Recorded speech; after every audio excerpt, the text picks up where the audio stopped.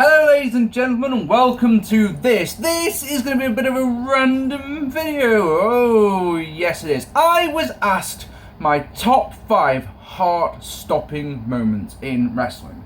And I had a very long think about this. I've had a very long think, as in I've had like 2 weeks to think about this one and still couldn't really think of things. So the examples that the guy gave me was that my friend gave me, some guy sent me a little thing, do a vid. I'm like, yes I will. No. My friend said, the 2 examples that he gave were the shooting star press that Brock Lesnar botched at WrestleMania 19 and almost broke his neck, and the Owen Hart power drive on Steve Austin where he did break his neck. And I thought, it's quite easy to create a list of botches. And I didn't want to do that. I thought I didn't want to, I don't know, celebrate botches isn't probably the best of terms, but I didn't just want that. I think it'd be quite easy to do a list of 5 botches that that shocked you. But what I thought about is I went away and thought, this is why I was at the gym the other day. I was thinking about it and I thought to myself, like, why don't I just do 5 moments that really shocked me in my, and try not to just be in, or like, not try and pick like one from like every, not just, because I thought about it. So there's a couple of things that happened in 2002 that I was just like, oh my god, I didn't see that coming. So for example, one that isn't on the list, but an example for it is when Shawn Michaels came back as a part of the NWO. That was one of the first things that popped into my head, like, oh my fucking god, like Shawn Michaels is back and he's part of the NWO. So that was one of them, but I thought, these are my 5, alright? These, like I say, I've thought about these a lot, and I've dwelled on them, and I've changed them. Like, so, these are also in no particular order. These are just some 5 shocking moments for me that came into my head. So, we'll start at the bottom with, in 2010, when the Nexus made their debut on Raw, and absolutely destroyed everyone and everything. Justin Roberts destroyed the commentary desk, destroyed the ring, absolutely battered Cena. It was one of those moments where it was one of those times where it was, this feels real. The way that it was all done, like I said, with Justin Roberts being choked out with the tie by Daniel Bryan, that of course he subsequently got fired for. We weren't to know that watching it on the night. It was one of those moments that you'll never forget, and it's one of those times where I wish they sort of could do something like it. It was Raw's best when it's, or live wrestling is best, because you never know what's going to happen. It's unpredictable, and that's one of those times where it really did feel like you're watching something very, very special. And they've got this ready-made heel stable to go and create. The money they could have made off it was unbelievable, and then they completely fucked it all up at SummerSlam with having it was SummerSlam, wasn't it? It was the 5-on-5 match where John Cena no-sold the DDT on the steel concrete on the outside. In one of those, that's something that's bothered me to this day, that fucking no-selling of that. So that's one of them. The Nexus, like I say, they had this ready-made heel stable that they could have done so much with, and then if you look back at Nexus now with 5 years in review, you just go, meh, that was nothing, wasn't it? Meh, that really wasn't me. So next up, from 2002.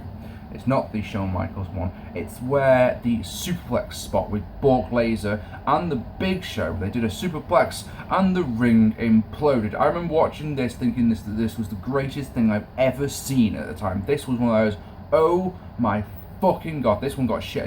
This was one of those times where you bring your mates up and go, did you just see that?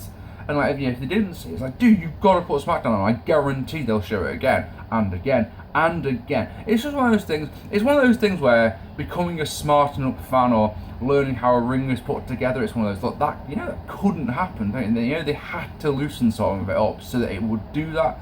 And it's like, that was one of those, aww. But at the same time, it's one of those, I don't give a shit. It was just an absolutely phenomenally amazing moment, because to the weight of the 2 men, 700-800 pounds crashing into the canvas, and the ring collapses, and it's fucking wonderful. What an absolutely incredible heart-stopping moment.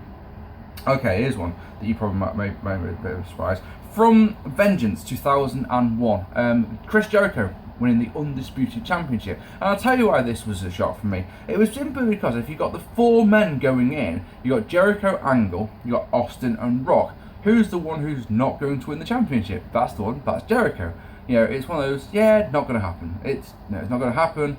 it's not going to happen because they're going to do Rock Austin, aren't they? They're going to do. It's going to be because it was Jericho versus Rock and Angle versus Austin on the night. So you sat there looking at the possibilities, going, yeah. So it's Rock and Angle, Rock and Austin. It's not going to be Jericho. And then of course when it was Jericho versus Austin, you're like, oh, that's an interesting twist.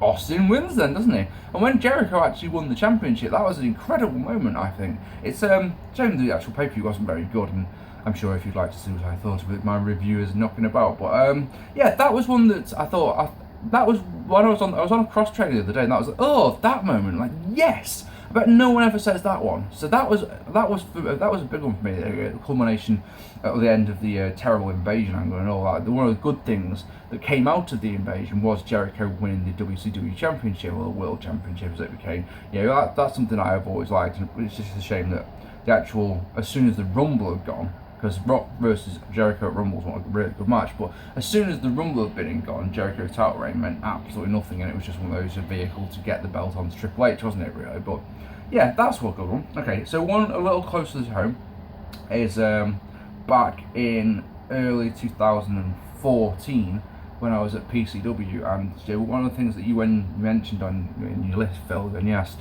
about heart-stopping moments, and when you mentioned your injuries, I thought I should probably put one injury angle in there. And of course, being a wrestling fan for as long as I have, I've seen a lot of injuries on WWE TV and rah, but the one that struck me very, very hard and was very difficult to deal with for a while was was when Lionheart had his neck broken by AJ Styles at PCW, and it was one of those nights that I was there, and I had seen AJ Styles the night before because it was a Friday and a Saturday show, and I'd seen him before, and he hadn't hit the Styles Clash, and I'd said to the lads on the way up there, I don't care what happens tonight as long as I see a Styles Clash.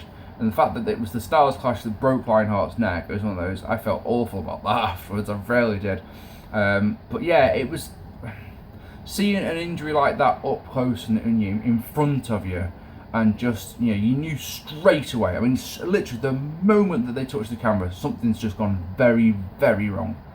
And it's a tricky one, because of course we all want to see crazy spots, and we all want to see, we all want to be entertained, and we all want to see stories and all that jazz when we go to see wrestling live. I mean, Jesus Christ, we go to enough shows, don't we, Phil? But you never ever want to see anyone ever get injured, and in something like that, serious injury, it is not a nice feeling. And the way that the room just went quiet, and the way that it was like I say, obvious something was very, very wrong, and they cleared everyone out of the venue immediately, because of course it was the main event, and that was when you say heart stopping or shocking moments, that one really was for me. That was a big one. And like I say, with you saying about the shooting star press, and like they say, the Owen driver, that was the one that I thought of. Okay, and lastly, another one that you may not believe, but I wanted to throw out WrestleMania 10 and Owen Hart beating Bret Hart in the opening contest. There's a reason for this one, and that is that yes, Owen had turned on Bret and kicked the leg out of his leg, and which is wonderful. But of course, this is mid-carder Owen Hart versus superstar former champion Bret Hart, and it's one of those, Bret's going to win. Bret's going to win. Bret is going to win, isn't he? There's no. I don't think anyone expected Owen Hart to win this match, and the fact that he did, and the fact that he won clean, yada yada yada, and it's all one of my all-time favourite, not only favourite matches, one of my all-time favourite openers as well for a pay-per-view. It's just bloody wonderful. How does that one sound? I absolutely love that match. It's one of those matches where it's like, right, we want to talk about storytelling and psychology in a match, which is my big things, aren't they? That's the one you need to go and watch. That one right there. It's just an absolute classic, and like I say, it's a shocking finish. The reaction from the crowd is bloody great. It really is. So yeah, you wanted 5 heart-stopping moments. I hope that's all right, because I feel like I've shortchanged you a little bit by not doing a bit more in-depth video. But at the end of the day, I've got my notes for this vid are 5 lines, which are what I've just told you. I don't actually have anything prepared as to where, other than giving this one a lot of thought. I hope that is alright for you, Phil. My next video will be on Sunday, where I'm going to do an NXT / Future Shock 11th anniversary review. Take it easy, guys. Thank you very much for watching, and I'll see you all very soon.